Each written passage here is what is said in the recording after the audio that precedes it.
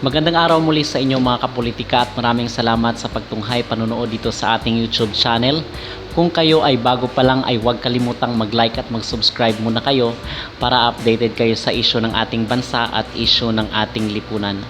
Ang ating pag-uusapan sa videong ito ay itong transformational na looks ni Alexi Brooks, itong naging pambato ng Miss Iloilo sa katatapos lang ng Miss Universe Philippines, but unfortunately hindi nasungkit ni Miss Alexi Brooks yung titulo para sa Miss Universe, but meron na, maging representative naman itong si Alexi para sa Miss Eco International. So hindi pa rin umuwing luhaan itong si Alexi or itong si Miss Iloilo, but instead maging representative pa rin siya ng ating bansa sa international stage. Hindi nga lang ganun kasikat katulad ng Miss Universe.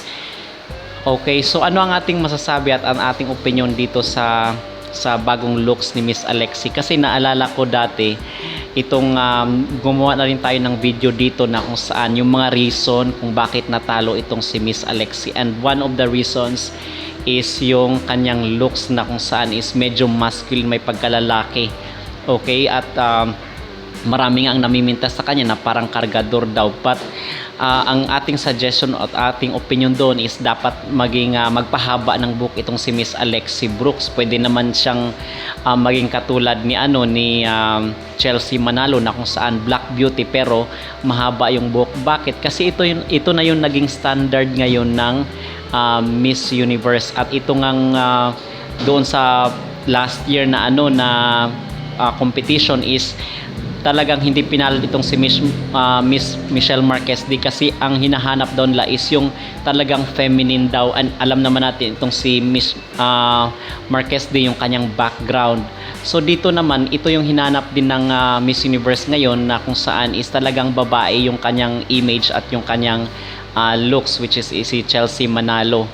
And dito sa transformational looks ni Alexi is marami ang humanga talaga, at marami ang mga positive na mga comments and yung opinion ng mga netizen doon. And ang sinasabi nga natin na itong si Miss Alexi Brooks is bata pa at baguhan pa sa mga beauty pageant. Pwede pa siyang sumali sa mga susunod na taon. Ihalimbawa na lang natin itong si Lapia Wurtzbach, itong si Catriona Gray. Ilang beses rin yan silang sumali. Itong ang si Catriona, di ba, naging kandidata pa doon sa Miss World, pero hindi nga talaga nakatadhana sa kanya yung Miss World. Dito siya sa Miss Universe na kung saan nasungkit niya talaga yung corona. So ang technique dito or ang sikreto dito is talagang try and try lang until you succeed. So ito ang dapat i-take ni Alexi Brooks, na even next year is pwede pa naman siyang sumali, kasi nga sa sinasabi natin bata pa at sobrang dami pa ng door of opportunities para sa kanya. Okay?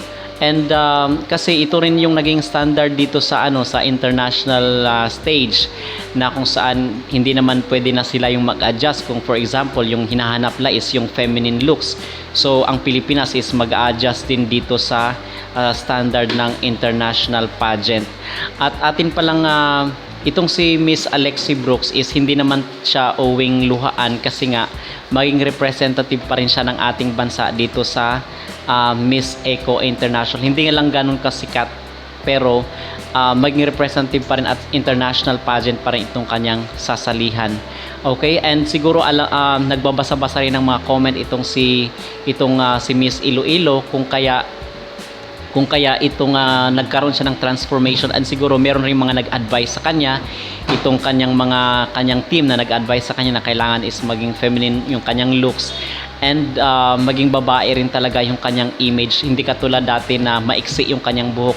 And ito rin yung ating napag-usapan doon, ang isa talaga sa mga primary reason na kung bakit natalo itong si Miss Alexi. Kasi kung gusto talaga lang i-push itong Miss Iloilo is ginawa nila ng paraan, even though hindi ganun kagandahan yung kanyang gown doon sa coronation night. So mga kapolitika, yun lang ang ating short na opinion dito sa bagong looks ni Miss Alexi. Para sa akin, approve na approve itong ginagawa niya sa ngayon. Kayo ba?